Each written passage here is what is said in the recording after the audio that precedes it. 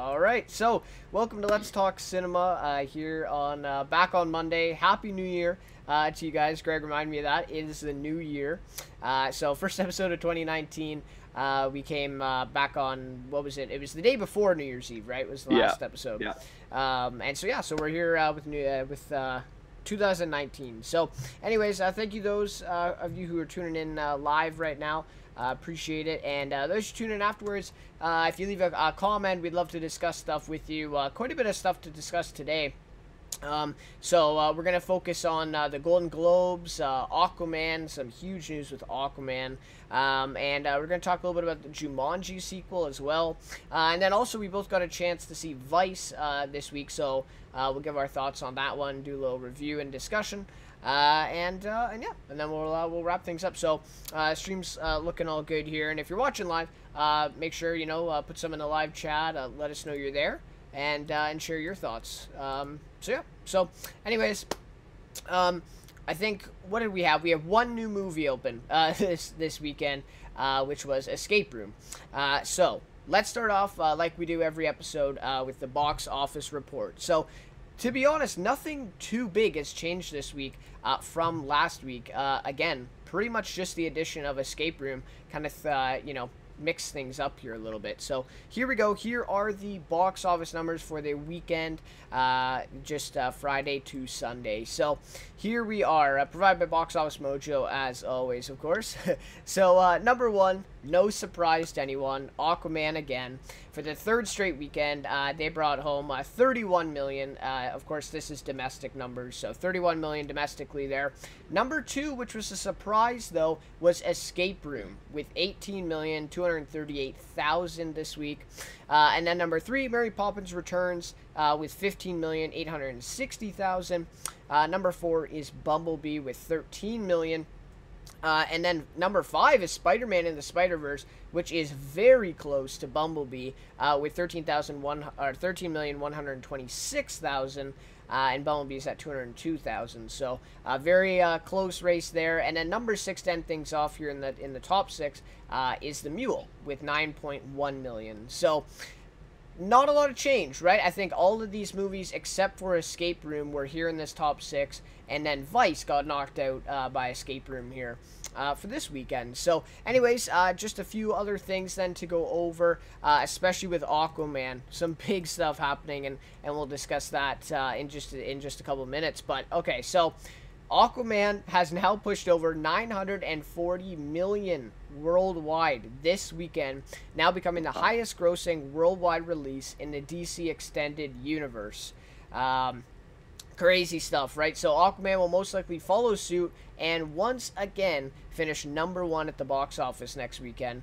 Kind of inevitable, right? So they will become the first film in DCEU to secure the top spot at the box office for 4 weekends in a row, if they are, to finish number one next weekend. So, and then another part to that is internationally, which has been obviously a huge part of Aquaman's success, is Aquaman added another 56 million internationally this weekend, now totaling 681 million international total. So let's hear your thoughts, Greg, on this one.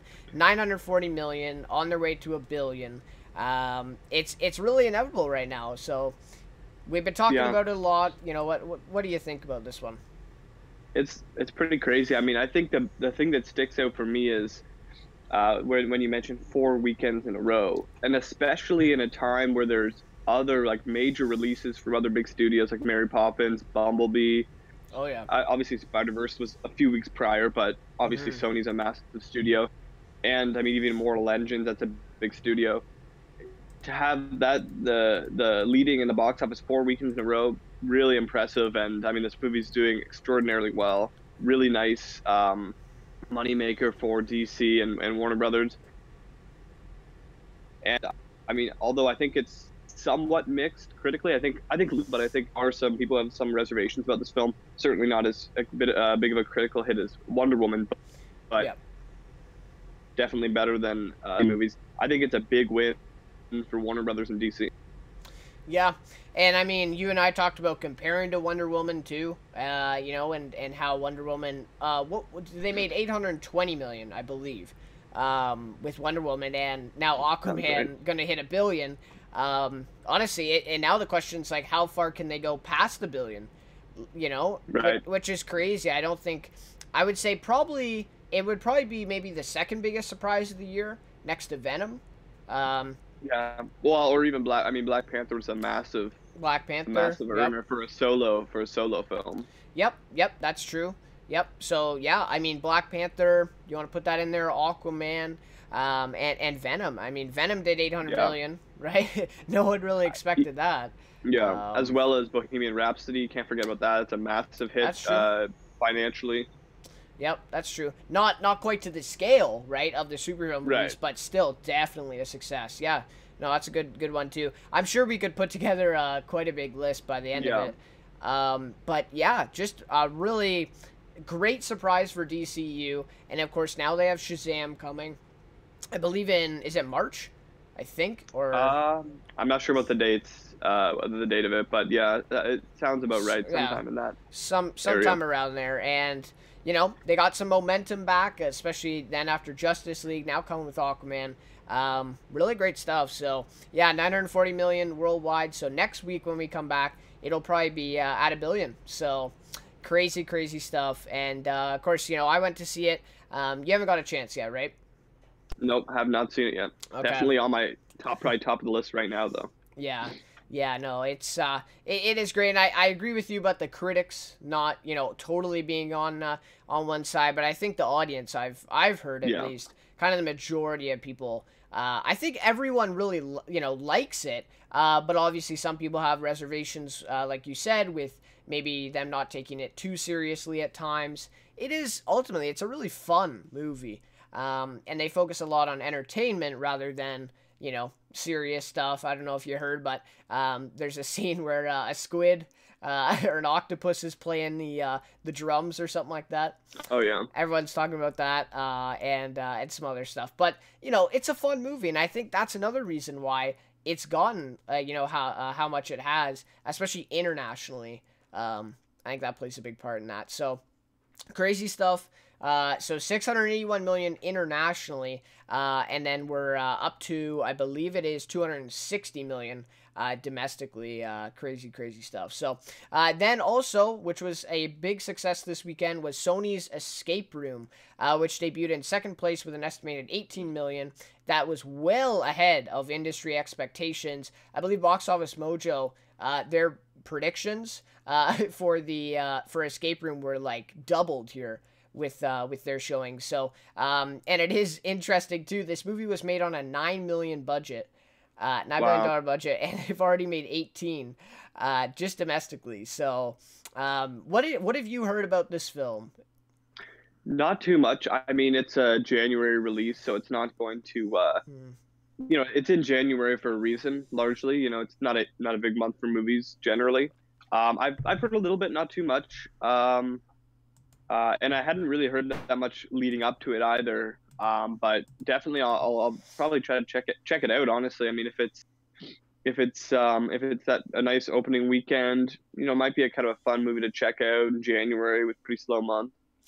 Yeah, I mean, I at first I'm surprised, right? Because it's like, you know, Escape Rooms has a better weekend than Bumblebee, Mary Poppins, you know, Spider-Man, The Mule, even you could throw in there, right? But it actually kind of makes sense because most of everyone who wanted to see those movies have probably already seen them, right? Because they've been out for what, I think 3 weeks at least, and then 4 weeks I think for Spider-Man. And so I guess that does make more sense then. They've already been out and they've kind of had their run, which might have been a smart move for Escape Room then to kind of drop around this time, you know, to kind of get those, you know, moviegoers that have already kind of finished up the big releases. So yeah, I don't know. Yeah, to me, I mean, the movie looks interesting. Of course, this is kind of like a little bit of a trend, I guess. There's, you know, these things that you can go into real life, and I basically think the movie is just kind of, you know, obviously dramatizing it, exaggerating it, Right. with the whole escape room concept. And it is a horror, but it is PG-13. So it's a little bit interesting there. I'm not sure how far they go in terms of violence and gore and all that stuff, but yeah, looks interesting. So, and then also, like I talked about earlier, Bumblebee and Spider-Man Into the Spider-Verse neck and neck right now. Of course, Spider-Man has been open 1 week more than Bumblebee so far. But my question is, given the grosses so far, so for Bumblebee they're at 97 million, Spider-Man is at 133 million as of now. At the end of the day, who do you think is going to come out on top here between Bumblebee and Spider-Man?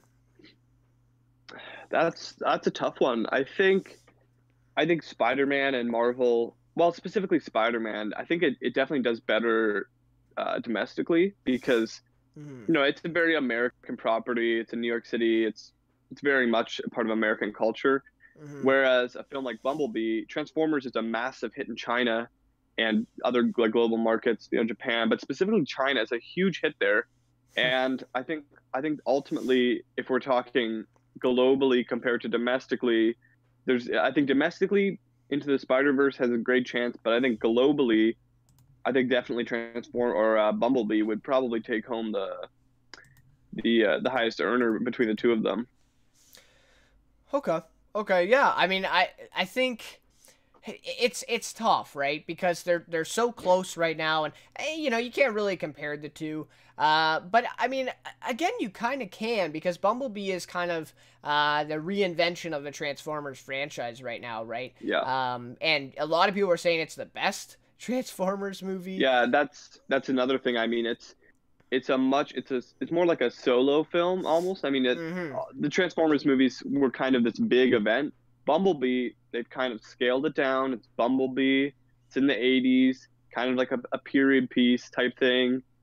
Ultimately, I think, yeah, it bodes well for it. But then maybe internationally not so well because, I mean, some people just love these big action Big fight CGI heavy scenes. movies. Yeah. Whereas I haven't seen the film, but I've heard from quite a few different people that it's definitely more of a like a plot / character driven movie than previous Transformers movies. So I don't know how that's gonna do for it, but I've heard it's a really good movie and probably the best of the Transformer movies so far.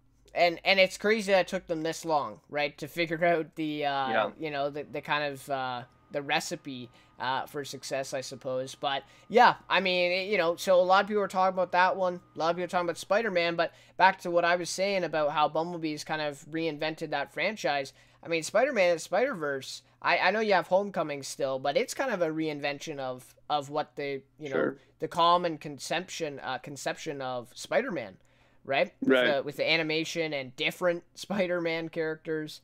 And that's like, a whole start of another possible universe that they can start up there. So two really, influential movies, I think, for the future of both franchises. And yeah, it'll be interesting to see. So, anyways, the total gross then so far, of course, Aquaman we already discussed, but 260 million they're at now. Escape Room obviously just opened, so they're still at 18. Mary Poppins is now at 138 million, which I think is a little bit of disappointment. Compared to like when they open and all that attention, they've really kind of been trending down as of late. Because I think what happened was a bunch of people were excited, right? And then some people, that saw the movie are like, well, it's good with the nostalgic part, but as a movie, it maybe isn't the best. Neither of us have seen it, but I think the box office is showing that ultimately. Because it's a Christmas break, it's a kids kind of movie that also parents can enjoy. And it just doesn't seem like it's really performing that way. So anyways, and then Bumblebee finished off here 97 million, Spider-Man 133, and The Mule, which I'm still surprised by, but I guess it's Clint Eastwood. It gets 81 million right now. So yeah, I don't know.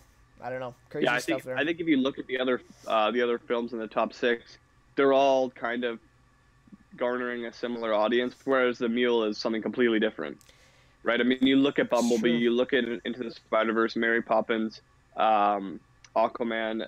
These are all movies that teenage to kid type area, maybe people in their 20s, but The Mule, certainly a different audience they're targeting. So they're kind of the only thing on the market right now for that audience. That's a good point. That's a good point. The only other thing I think of is maybe Vice, right? That's right. out. That's about it. Yeah. That's out right now. Yeah, that's a really good point. So maybe The Mule is getting, you know, all of that, you know, type of audience, right. And then all these other movies are gobbling up obviously the majority of that type of audience as well. So yeah, crazy stuff at the box office, and you know, of course, these December movies are probably still going to be trickling in.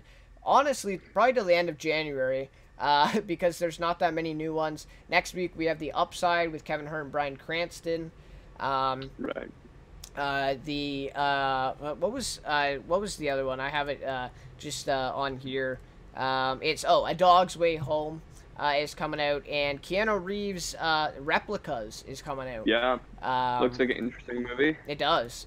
So next week we have three kind of big releases. So we'll have to see if they kind of shake things up here. But I expect probably, you know, Aquaman remains on top, right? We can both agree with that. Yeah. And you know, probably see the same ones here. Yeah. So, anyways, we'll have to look forward to that one. All right, so now let's get into our kind of main topic here for this episode, and that is the Golden Globes last night. So, I watched almost all of it, and you saw some of it a little bit, or at least kind of heard a lot about it. And I mean, just on the surface of things, I think what we'll do is we'll go over the categories and just kind of maybe give our thoughts on. There's way too many to go over, but hopefully we'll kind of go quickly through them a little bit and discuss. But I think just on the surface, my initial reaction is, I mean, a lot of people already kind of thought low of the Golden Globes, but we talked about this back when we talked about the nominations of how movies were categorized and all that, and I think that really came to fruition here with the results and the winners, in that you had movies in a comedy section with a drama and all that stuff. So I don't know, to me the Golden Globes, it was a disappointing ceremony once again, but you know. So anyways, let's go over some of the categories then. Of course we'll just be covering the film portion of them, not the TV stuff. So first off, we have Jeff Bridges, right, who won this Cecil B. DeMille Award, yeah, which is kind of I guess the inaugural, like he was the first one to win that. Yeah. And then we get the Carol Burnett Award, won by Carol Burnett, of course. So that was great. So anyways, apart from those two, so for Best Motion Picture Drama, the winner was Bohemian Rhapsody. This is biggest award of the night. And what are your thoughts on that one? Yeah, I think it's a big surprise. First of all, I think it's in the wrong category. Exactly. Yep. But let's put that aside. I just think, I mean, with A Star Is Born kind of looked like it was the favorite. Even Black Panther, I think there's a little bit of hype behind. Bohemian Rhapsody seemed like, to me, and also If Beale Street Could Talk, yep, Black Klansman, those, either Black Klansman or If Beale Street Could Talk, or even A Star Is Born, those seemed like kind of the favorites, whereas Bohemian Rhapsody just kind of seemed like, oh well, it got nominated, it's there, okay, and then it wins. I think that's pretty surprising to me. Well, and you and I talked about this. If you're gonna put Green Book as a musical or comedy, right? I don't understand how Bohemian Rhapsody is then a drama. Right. It just, some of this stuff didn't correlate, but I mean, I don't know. I think you and I both talked about it before this show, and saying Bohemian Rhapsody is probably not even gonna get nominated at the Oscars, right? Yeah, no, it won't. I think it, not for Best Picture. I mean, I think it definitely has a chance for Rami Malek. For sure, yeah. And then even a few other categories, but certainly not Best Picture. No, and I mean, the Golden Globes, I mean, they do try to be different a little bit, and they are just within their categories too, in the way they kind of split the awards up. But I don't know about this one. I thought the nominee field was not bad, right? I mean, yeah, if Beale Street Could Talk, Stars Born, Black Klansman, Black Panther, even But I'm Yeah. like you. I thought there was no chance Bohemian Rhapsody would win. Yeah. And I could kind of see it coming because Rami Malek won. A lot of hype around that. And then, of course, the very next award, they announced Bohemian Rhapsody won. So, I see Rami Malek winning even Best Actor at the Oscars. I think it's definitely possible. Right, and but no, definitely not the picture. But anyways, in A Star Is Born, I mean, they took home no awards except for original song. The original song, yeah. Which is, just I definitely don't think that's how the Oscars are going to go. I think if some people would look at the Golden Globes being, okay, is this an indicator for the Oscars? I think that this tells you it definitely is not, because I don't think there's any chance that A Star Is Born only wins one Oscar. I think that's really just unlikely. Well, so. I mean, to me, they win 2 out of the 4, right? So they win, so original song, Best Actor, Best Actress, Picture. I think, to me, they win 2 out of the 4 at the Oscars. Best Director, I think they have a good chance as well, Bradley Cooper. Yeah. Oh yeah, and Best Director, too, yeah. Yeah. So I'd say 2 out of those 5, they probably win. Anyways. Oh, yeah. So, okay, so Best Motion Picture, Musical, or Comedy, Crazy Rich Asians, The Favorite, Green Book, Mary Poppins Returns, and Vice. We'll talk about that later, I guess. But anyways, Green Book wins. So, to be honest, I think Green Book definitely deserves a nomination for Best Drama. Drama. But yeah, but not a musical or comedy. No. So, to me, I mean, I think they're deserving. But I just don't know that they're in the right category. But I don't know.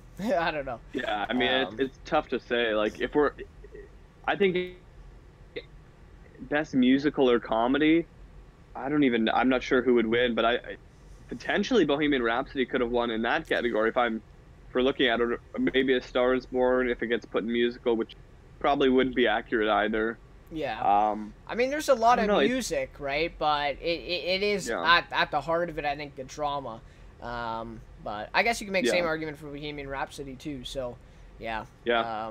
Anyway, so there you go. Best Motion Picture Animated. I think this is something that a lot of people could agree on, and this might be a preview of the Oscars with Spider-Man and the Spider-Verse winning Best Animated. Yeah. So I mean, I think everyone's happy with that, right? Yeah. I think this really bodes well for Into the Spider-Verse winning Best Animated Feature at the Oscars, because I mean, as soon as a movie starts winning awards, that's when the Oscars, the Academy, are going to take notice. Bodes well for them. I think they have a really good chance at winning the Oscar, or at the Oscars now. Mm-hmm. Yep. No, I agree. I think before it came out and we got kind of this surprising reaction, or to a lot of people, I think it was Incredibles 2, right? It was kind of their award to lose. But now, I think Spider-Man has it for sure. Okay, so Best Motion Picture, Foreign Language, not really a surprise at all. Roma wins, and I don't think there's a question that they'll win at the Academy Awards.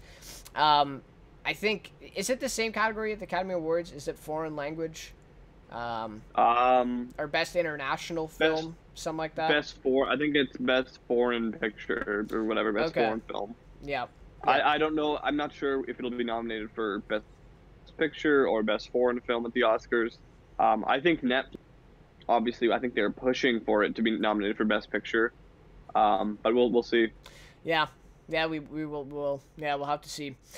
So then Best Performance by an Actress in a Drama goes to Glenn Close for The Wife, which is a bit surprising to me. I mean, you have great category here. You got Lady Gaga, Nicole Kidman, Melissa McCarthy, Rosamund Pike.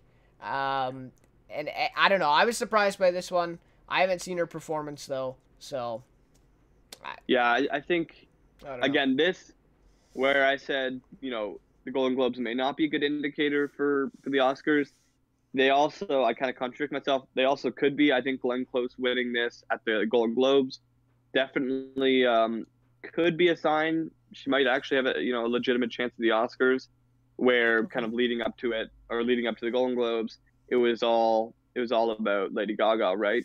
Mm-hmm. I don't know. We'll see. Well, I think it all has to do. I think A Star Is Born right? I think if it wins a couple other awards, right? I think, because we see that all the time in the Academy, right? You see one movie, right, that wins quite a few, that'll take home an actor, an effects or a song, and then picture. And so you saw it with La La Land, right? A couple years ago. Right. And so we'll have to see how A Star Is Born does in other stuff, and I think that'll kind of predict then how Lady Gaga does. But you could be right. I mean, maybe she does have a good chance, and she's won, I believe, how many Academy Awards has Glenn Close won? Should we do a little check on that one? But I feel like she's definitely. Yeah, she's been nominated for I think a few. I'm not sure exactly. She's how many she's won though. She's got an Emmy. Okay. Yeah. So she's got an Emmy. She's got a couple of nominations. Yeah. Okay.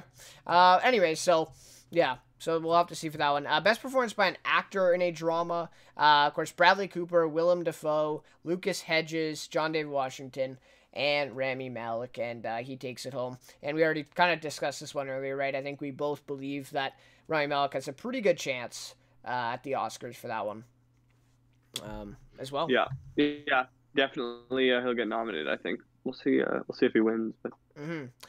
So we get performance by an actress in a musical or comedy. We got Emily Blunt, Olivia Colman, Elsie Fisher, which I thought was a pretty just a good nomination there, and one that kind of stands out as well. She's only 15, right? Competing against Emily Blunt, Charlize Theron, right? Constance Wu. Right, so some other great competitors here, but anyways, Olivia Colman takes it home for The Favorite, and we'll have to see. I'm not really sure on that one or who will win at the Oscars, but we'll have to see about that one. So, anyway, so then we'll go on to best performance by an actor in a musical or comedy. I liked this one. I think he deserved it. Christian Bale for Vice. Sure. And you had John C. Reilly, Robert Redford, Viggo Mortensen, Lin-Manuel Miranda. But again, I think we both agree that Vice probably shouldn't be in this category. Right. At the Oscars, at least. So we'll have to see. I mean, do you see him competing for best actor in a drama at the Oscars? Yeah. Well, there's just best actor at the Oscars. It's not defined. It's not split up into different genres, but. I think he'll definitely get the nomination. 100%. I think he's pretty much guaranteed because A, it's Christian Bale, B, it's a massive transformation, body, everything, and C, he's really good. I mean, he's really good in the film, and although I don't think the film has been performing terribly well, he's Christian Bale. He's really good. I think he'll definitely get the nomination. Yeah, and you and I both saw it. I definitely think he does deserve that. So, and then of course they supporting actors, actresses, they do all in one. So best performance by an actress in a supporting role, we got Amy Adams, Claire Foy, Regina King, Emma Stone, and Rachel Weisz. And Regina King takes it home for If Beale Street Could Talk. So, she's coming off the Emmy win. For, is it 7 seconds, I believe, that she won the Emmy for, literally back in September, and now she got a Golden Globe, and I think she has a pretty good chance at the Oscars. Yeah. So. Yeah, she's in, I mean, if Beale Street Could Talk is going to be popular at the Oscars, I think, she definitely has a legitimate chance at winning that. And then we got performance by an actor in a supporting role. We got Mahershala Ali, Timothy Chalamet, Adam Driver, Richard E. Grant, and Sam Rockwell for Vice. And Mahershala Ali takes it for Green Book, which I thought was expected.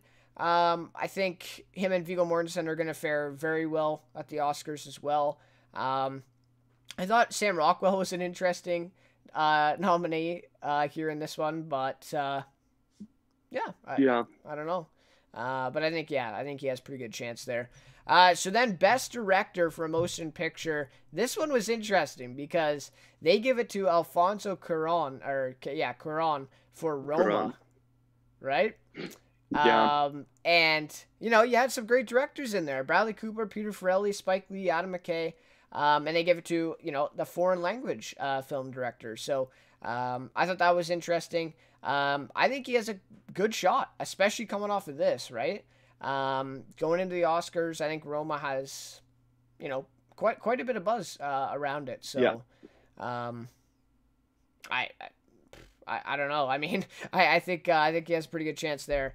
But I think it was a bit surprising because I think a lot of people were expecting names like Bradley Cooper, you know, Peter Farrelly even.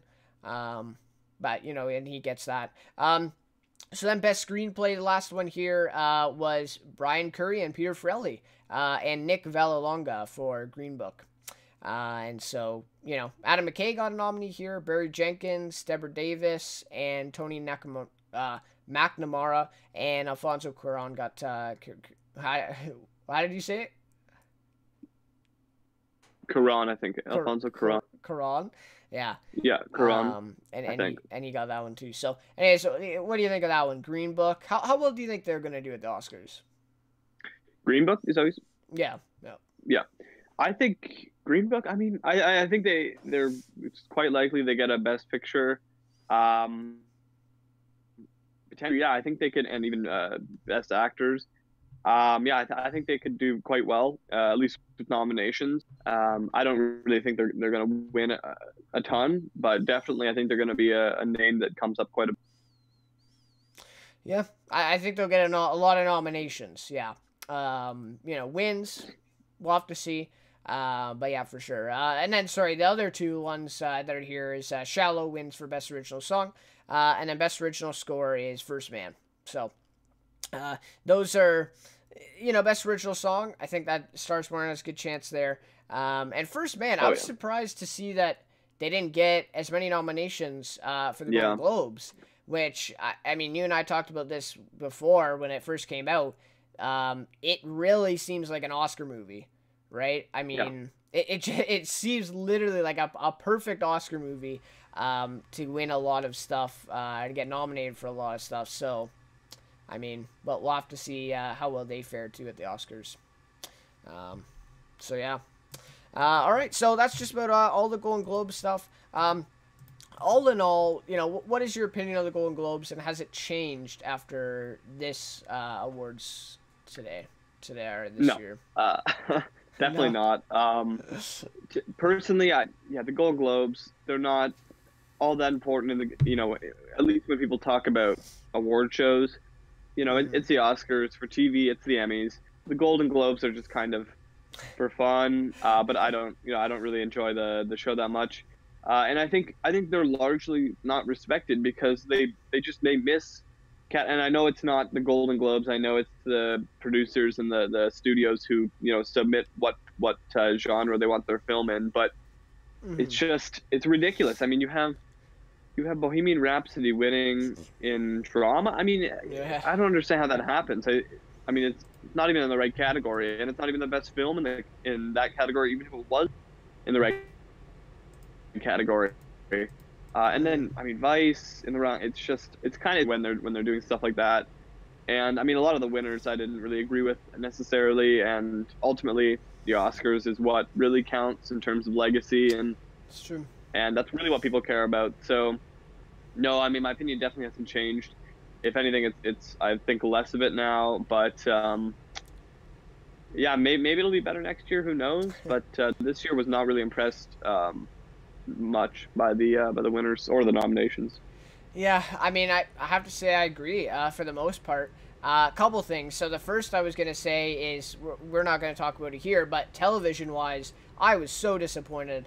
Probably more so disappointed with the television, just because I know a lot of the shows, and I've seen a lot of the shows that were in award talks this year, and just very disappointing for me there. But second thing I was going to say is that I agree with you, but the way that the actors, actresses, directors, and everybody, at least their reaction to winning a Golden Globe and kind of all the online stuff, they seem to still really appreciate it. And I'm not sure if that's maybe just, they got invited to this place, so they're, they're gonna be happy for the cameras or whatever. But I don't know. I think from the outside looking in, I mean, it kind of is like, a worthless award, to be honest. But I think the people winning them, I don't know. I mean, I think they do appreciate it to a degree. But yeah. I don't know, but yeah, no, I think I agree with what you're saying, right? Oscars are ultimately the true test, and we'll have to wait for those, and the nominations are coming out. I believe it's January 14th, and so of course we'll probably talk about. Oh, that's next week, so hopefully next week's show then we'll talk about those, and of course huge stuff to talk about then. A little bit more meaningful than the Golden Globes, of course. So. Anyways, yeah, I mean, still award season, right? The start of award season. And I will say, Andy Samberg and Sandra Oh, I thought were pretty good as hosts. A great duo. I wasn't sure how they were going to be going out there because, to me, they're kind of two total opposite, kind of performers. Yeah. But yeah, no, I like them too. So overall, I felt the show was pretty well organized. Went about 20 minutes over time. People talking all too long and that stuff. But anyways, so all right, let's move on then to talk about the Jumanji sequel, and then we'll wrap it up talking about Vice. So this one is Danny DeVito joins Dwayne Johnson in Jumanji sequel. This one's from Variety, so just read a little bit of this and then hopefully get your thoughts. So following the news that Aquafina is joining the returning ensemble, Sony Pictures has now tapped Danny DeVito to join the cast of the sequel to its hit Jumanji, Welcome to the Jungle. DeVito will join returning cast members Dwayne Johnson, Kevin Hart, Jack Black, and Karen Gillan, with Jake Kasdan coming back as director. So, of course, Jumanji was a smash hit, right? Almost made $1 billion last year. 962 million. To me, this is like a perfect model blockbuster, right? I mean, you got Dwayne Johnson, you got action, you got a little bit of, adventure in there. You got Kevin Hart, you got some funny, supporting actors. I just think this is a perfect kind of blockbuster movie. And that's how it performed the first one. So, what are your thoughts on Danny DeVito, first off? I mean, yeah, he's obviously a great comedian, and he's been in a lot of great movies, a lot of great performances by him, and I really enjoyed the first Jumanji film, and I thought it was a lot of fun and didn't take itself too seriously, and I kind of like the idea, especially considering it was a reboot, and that's really overdone in Hollywood. But I think in this case, I think it was good, and obviously made a lot of money, and I think it's definitely interesting to see what kind of character he's gonna play. But I think I'm definitely intrigued a little bit more now. Yeah, I think adding him, and like it said, Aquafina joining the ensemble as well. And of course, the main guys, right? Dwayne Johnson, Kevin Hart, Jack Black, the ones who stole the show in the first one, and Karen Gillan. She was great in the first one as well. Yeah, I mean, I'm looking forward to it. It's going to be interesting to see how they do, or like what they kind of do in this sequel. Because to me, or at least in my memory, the first one kind of ended, pretty close-ended. There wasn't really, a big, story to explore. Again in the second one, but I'm sure maybe they'll access the first movie, kind of do a little bit about that, and then put together a sequel. But it's going to be interesting to see how much money it makes, right? I mean, the first one makes 962 million, almost $1 billion. Does that mean number 2 is going to make $1 billion? Do you think? I don't know. I think it's definitely a possibility. We'll see how good it is, but definitely the first one attracted a lot of attention. So a sequel is definitely going to reflect a lot on how the first one kind of, how good the first one was to a lot of people.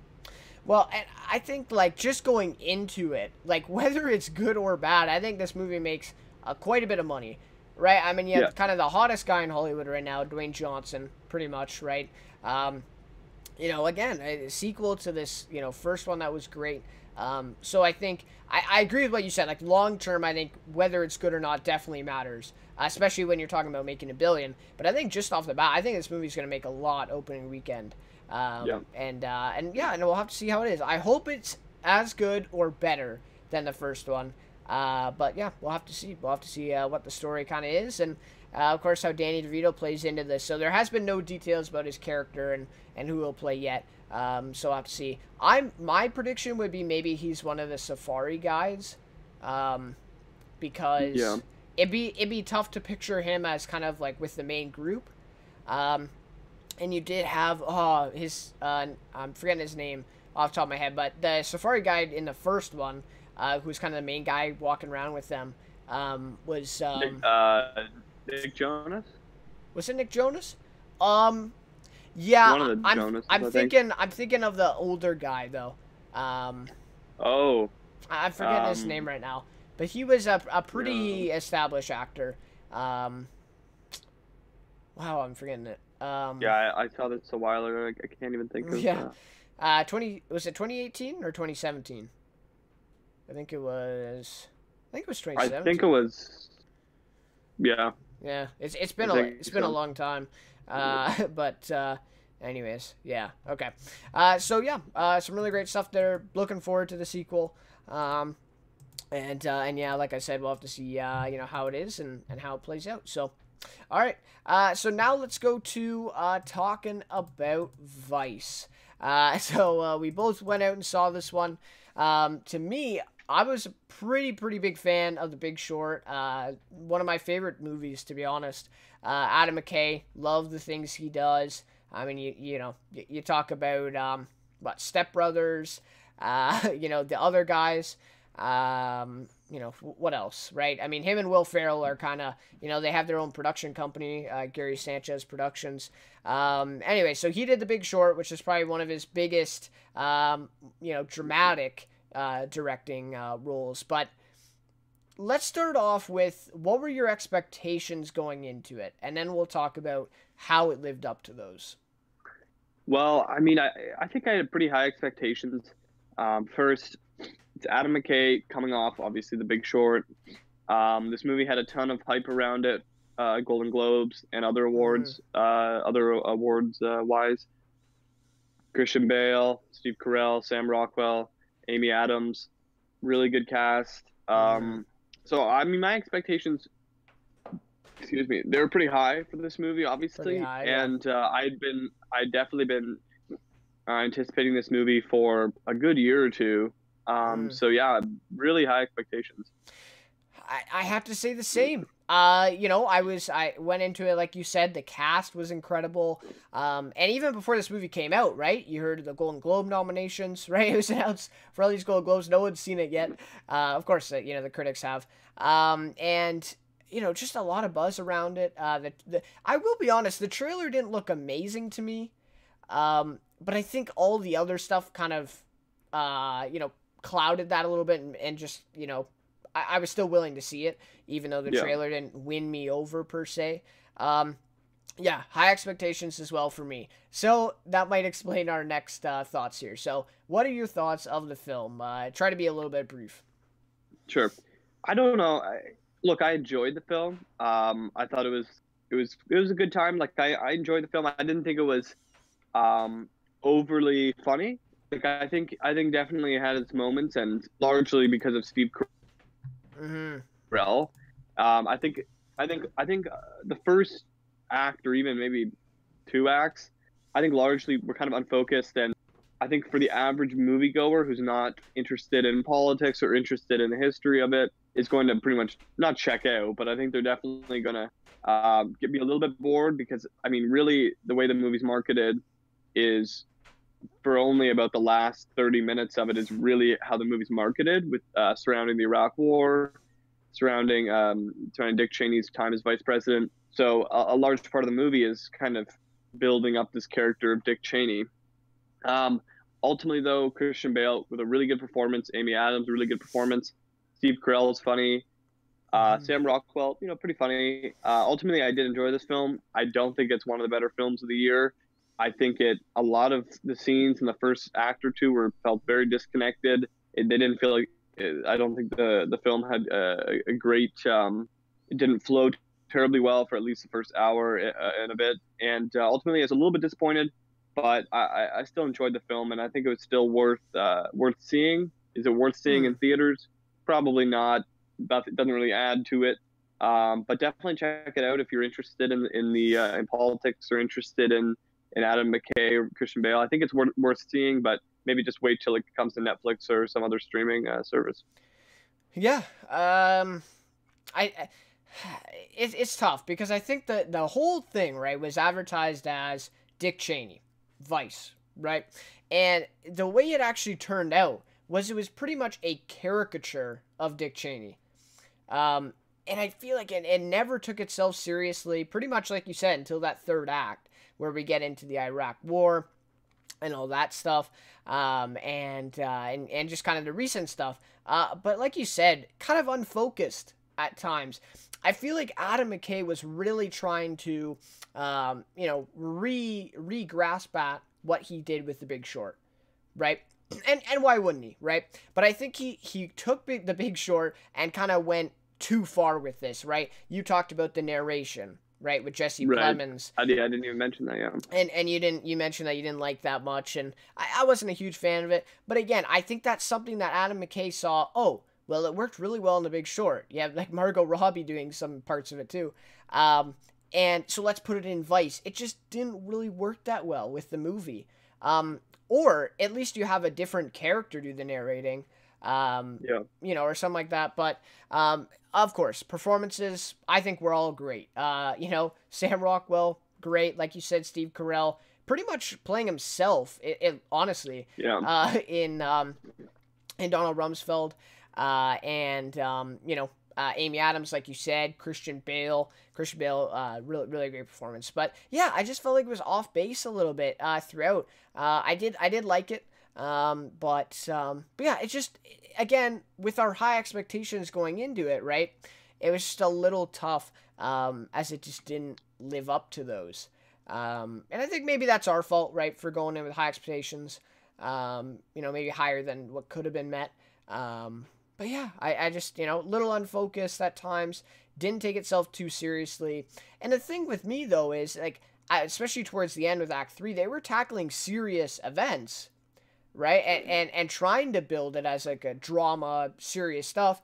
And then you get scenes, like that one scene early on in the movie where you get like the credits rolling as a joke, Sure. right? And you get like these weird kind of editing things that Adam McKay throws in there. So I just feel like you went a little too far in taking it kind of, joking a little bit. And like you said, I didn't find it overly funny. Some laughs, of course, in there, but I didn't find a lot of the techniques that he was trying to be very successful, especially like that credit scene. But anyways, so that's Vice. I didn't quite live up to my expectations. You know what? I mean, going back to that, it's interesting because you know how we talked about Welcome to Marwen, Vice, and The Mule back, 2 or 3 weeks ago.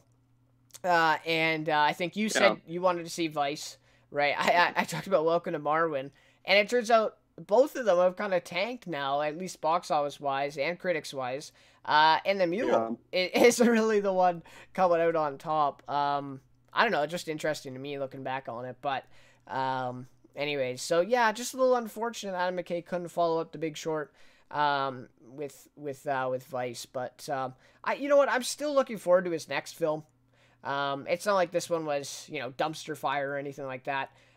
It was great. And his, the way that he's able to get these actors on board, especially like a Christian Bale, a Steve Carell, and The Big Short. I mean, talk about that cast, right? Christian Bale, Brad Pitt, and who am I missing there? Steve Carell's in it too. And Ryan Gosling is in that too.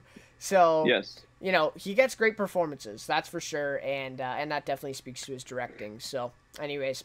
All right, guys, so that will just about do it then. We'll end things off here with the question of the week, which we also pose to you guys watching.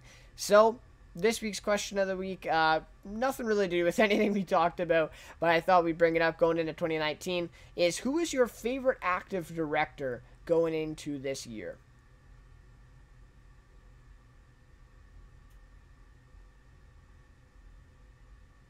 Hello? Are you there? Sorry, I missed what you said. Oh, sorry. Who is your favorite active director going into this year? There's a ton. I mean, you could look at the legends or the big guys like Spielberg or Tarantino, or Ridley Scott or something. But for me, yeah, I thought I'd throw one out there that probably a lot of people maybe know, but you might not know a lot of his films. Noah Baumbach is a really great writer director, who I'm a big fan of personally, and who a lot of people I think it was a couple years ago when Lady Bird came out. Greta Gerwig obviously I think was nominated for Best Director. Greta Gerwig kind of comes from Noah Baumbach. I think they worked together a lot at the beginning of her career. He kind of showed her the ropes in a sense, and then she obviously took it to the next level with Lady Bird. But anyway, if that's kind of how some people might know him. Anyway, so one of his first films, obviously Squid and the Whale, love that film. Meyerowitz Stories was more recently a Netflix film. While We're Young, Frances Ha, Greenberg, those are just a few of his movies. I think he's extremely talented. His dialogue is really fresh. It's really good. It's really realistic. His films are ultimately really down-to-earth, realistic films. His characters seem like people that you could know. They live across the street from you. They're very grounded films, just about personal things, very low budget, kind of indie type movie. And if you have not seen his movies, definitely check them out if you're into that kind of thing. Yeah, great pick. All right. I couldn't nail one down. A few I'll mention. So James Wan coming off of Aquaman. The way I looked at this one was kind of just recent, success and movies that I, also liked and kind of seeing him. And I'm sure that he'll be back for a sequel, right, of Aquaman now. Yeah. And so I have to say James Wan, I think he did an amazing job with Aquaman. And of course, he has some things coming up as well that look great. And then of course, Guillermo del Toro. I gotta say him. He's got Scary Stories to Tell in the Dark coming out in 2019. Dean Norris and a few others part of the cast. And I think we talked about that a couple weeks ago. But that one looks really awesome. Coming off of Shape of Water. Right, Pan's Labyrinth back years ago. So I like his kind of directing style, and we'll have to see how he does with Scary Stories to Tell in the Dark. And, who else could I say? I guess Adam McKay, even though, Vice wasn't, a huge success, I still love, a bunch of his stuff, especially The Big Short. So going into 2019. And he's also part of Succession, one of my favorite shows this year on television. So, he's, I believe he directed 2 episodes of Succession this season. So I'll have to see what he does next season for that show as well. But anyways, yeah, a great question. And obviously if we had, hours, we could probably talk about, directors and great ones going in to 2019. But anyways, so I'll just about do it for Let's Talk Cinema, episode 5. Thank you so much for watching, guys. And we'll be back next Monday. Like I said, a few opening up. So we got Upside, Bryan Cranston, Kevin Hart. We got Dog's Way Home. And then also Keanu Reeves' new thriller there coming out. So we'll have to see how those 3 are. Hopefully Greg and I will get a chance to see a movie this week. So sometime through the week, right? Hopefully you could see Aquaman or something like that. Yeah. And we can discuss that next week. But anyways, guys, that'll just about do it for this one. Again, thank you so much for watching, and we'll have to see you next week. All right, guys. See you later.